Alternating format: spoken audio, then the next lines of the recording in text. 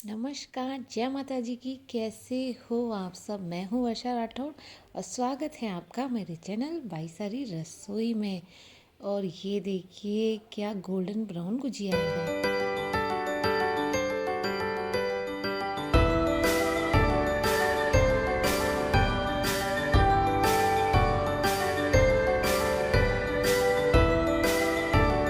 होली की आप सभी को ढेर सारी शुभकामनाएं।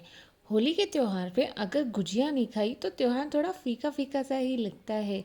तो आज बाई सारी रसोई में बन रहा है गुजिया। और गुजिया का जो ऊपर का होल होता है उसे बनाने के लिए यहाँ मैंने लिया है 1 किलो मैदा। और मैदा में मैंने उसका 1/4 घी डाला है। जब भी आपको कोई भी स्नैक्स खस्ता बनाना है, लाइक कचौरी वगैरह कुछ भी, अगर आपको खस्ता बनानी है तो हमेशा मोयन घी का ही डालें। और गुनगुने पानी से आटा गूँथें और टाइट गूँथें। उससे जो कचौरी होगी या ये गुजिया है ये इतनी खस्ता बनेगी ना, और बहुत ही ज़्यादा टेस्ट में भी अच्छी होंगी। तो अब मैं इस मोयन को यहाँ पे अच्छे से मसल लूँगी ताकि ये पूरे मैदा में अच्छे से मिल जाए। और आगे मैं आपको दिखाती हूँ कि देखो ये कितने अच्छे से मिल गए। मुझे ना थोड़ा सा मोयन कम लग रहा था तो मैंने थोड़ा और एक्स्ट्रा घी डाला था इसमें, जो मैं शूट करना भूल गई।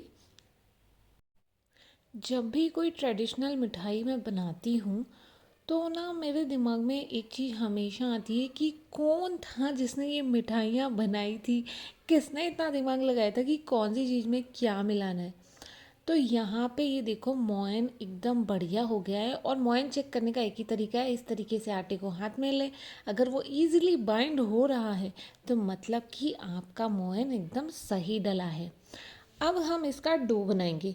और इसका जो आटा आपको गूँथना है वो इतना टाइट गूँथना है जैसे हम पूड़ियाँ बनाते हैं, तो उससे भी ज़्यादा टाइट आपको इसका आटा गूँथना है। कि मैं इसलिए ये बात बोल रही हूँ क्योंकि जितना टाइट आप आटा गूँथेंगे उससे यह आसानी रहती है कि जब आप पूड़ियाँ जो भी इसकी पूड़ी बेलोगे तो उसको बेलने के लिए आपको किसी भी तरीके का आटा या ऑयल यूज़ करने की ज़रूरत नहीं पड़ेगी। वो ईज़िली बेल जाएगा। क्योंकि जब हम एक्स्ट्रा ऑयल और लगाते हैं इस तरीके की खस्ता चीज़ों में तो उससे ना ज़्यादा ऑयली हो जाती है चीज़ें, जो खाने में भी ठीक नहीं लगती। और अगर हम आटा लगाते हैं तो वो आटा जो होता है वो जल जाता है ऊपर से, तो वो भी ठीक नहीं लगता है। तो इस तरीके से अब मैं इसको 20 मिनट के लिए रेस्ट करने दूंगी। और अब हम आगे प्रोसेस करते हैं जो गुजिया की स्टफिंग है उसे बनाने का। तो स्टफिंग बनाने के लिए मेज़रमेंट कुछ ऐसा है कि अगर मैंने 1 किलो मैदा लिया है तो मैंने यहाँ पे आधी किलो सूजी ली है, आधी किलो मावा, यहाँ एक बड़े खोपरे को मैंने किस लिया है। और ड्राई फ्रूट्स में मैंने लिए हैं काजू, बादाम, कुछ अखरोट, किशमिश। और इसके टेस्ट को और बढ़ाने के लिए मैंने लिए हैं ये इलायची। तो अब सबसे पहले हम क्या करेंगे कि जो सूजी है, मावा है, इन सबको हम थोड़ा रोस्ट कर लेंगे, सेक लेंगे, ताकि इनका टेस्ट और इन्हेंस हो जाए। तो यहाँ पे मैंने लिया है 2 बड़े चम्मच घी। आपको भी घी ही लेना है स्टफिंग बनाने के लिए। और यहाँ पे मैंने ये सूजी डाल दी है सेकने के लिए। आपको ये ध्यान रखना है कि सूजी में घी थोड़ा सही डालें, वो थोड़ी गीली गीली हो जानी चाहिए सेकते हुए। ऐसे नहीं हल्का सा घी डाला और सूखी सूखी सूजी सेक ली, ऐसे नहीं। घी डालने में कोई कंजूसी ना करिएगा, आराम से सेकिए। इस तरीके से मॉइस्चराइज दिखनी चाहिए हमारी सूजी के। हाँ, हमने इसमें काफ़ी सारा घी डाला हुआ है। अब ये देखिए यहाँ पे मैं आपको दिखाती हूँ, ये गोल्डन होने लगी है। तो आपको इसको ज़्यादा नहीं सेकना है, बिल्कुल हल्का गोल्डन होने तक ही सेकना है। अब मैंने क्या किया था कि स्टफिंग के लिए जो बूरा था वो पहले से एक बॉल में निकाल के रख लिया था। अब इसी में मैं बाकी के स्टफिंग के जितने भी इंग्रेडिएंट्स हैं सब डालूँगी।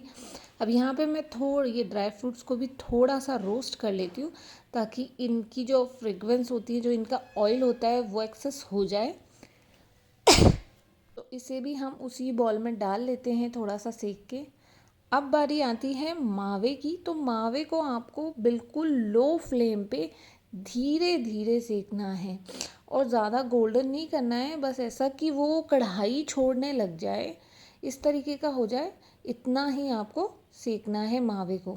तो ये देखिए ये ईज़िली कढ़ाई छोड़ रहा है, इतना ही आपको सेकना है। ये लीजिए हमारा मावा भी हो गया है रेडी एकदम।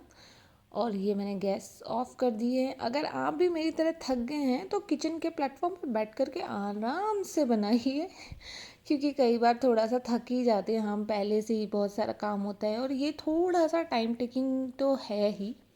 और यहाँ पे मैंने सारे ड्राई फ्रूट्स, खोपरा, इलायची सब डाल दी है और अब इस स्टफिंग को हम मिक्स कर लेंगे अच्छे से। अभी ये गर्म है तो मैं चमचे से कर रही हूँ, इसे थोड़ा सा ठंडा हो जाने दीजिए और फिर हाथ से भी कीजिएगा थोड़ा सा। क्या है कि इसमें मावा पड़ा हुआ है तो मावे को जब तक हम थोड़ा सा मसलते नहीं है ना तब तक उसका टेस्ट नहीं आता है। तो अब ये देखिए, अब यहाँ पे ये जो आटा था ये थोड़ा फूल गया है। अब हम इसे थोड़ा सा और मसल लेते हैं और इसकी अब मैं पार्टीशन करके छोटी छोटी सी लोइयाँ बना लूँगी। अब आपको गुजिया की पूड़ी बनाने के लिए ना लोई इतनी लेनी है कि वो पतली ना हो और मोटी भी ना हो। अगर ज़्यादा पतली हुई तो वो फट जाएगी और जो हमारी सारी स्टफिंग है पूरे घी में भर जाएगी। तो सबसे पहले आपको ये इस तरीके से पूड़ियाँ बेलनी है। इक्वली आप बेलिएगा, ऐसा नहीं होना चाहिए कहीं से मोटी कहीं से पतली बीच में से मोटी। इक्वल साइज़ में बेलिएगा, किनारे और बीच में इक्वल होनी चाहिए इस तरीके से। और पूड़ी के साइज़ की आपको ये बनानी है। अब पहले तो लोग क्या करते थे, हाथों से ही बाइंड करते थे, बट अब इस तरीके के मोल्ड आने लगे हैं तो आप इस तरीके से मोल्ड में रखिए और जो नीचे वाला पार्ट था उसको ऊपर रखना क्योंकि वो क्या थोड़ा नरम ज़्यादा होता है तो उससे इसको चिपकने में आसानी होती है। तो अब इस तरीके से आपको स्टफिंग भरनी है, किनारों से किनारे तक आपको नहीं भरना है, बीच बीच में ही रखना है वरना स्टफिंग बाद में बाहर आ जाएगी। और इसे अच्छे से थोड़ा हाथों से प्रेस कीजिए और इस तरीके से बंद कर दीजिए और अच्छे से दबाइए तो जो इसका एक्स्ट्रा पार्ट है जितना भी वो इस तरीके से बाहर रह जाएगा उसे इस तरीके से निकाल लीजिए और इसे उसी आटे में छोड़ दीजिए। इसकी हम आगे और गुजिया बना लेंगे। और ये लीजिए बन गई ना, देखो कितना परफेक्टली बनी है।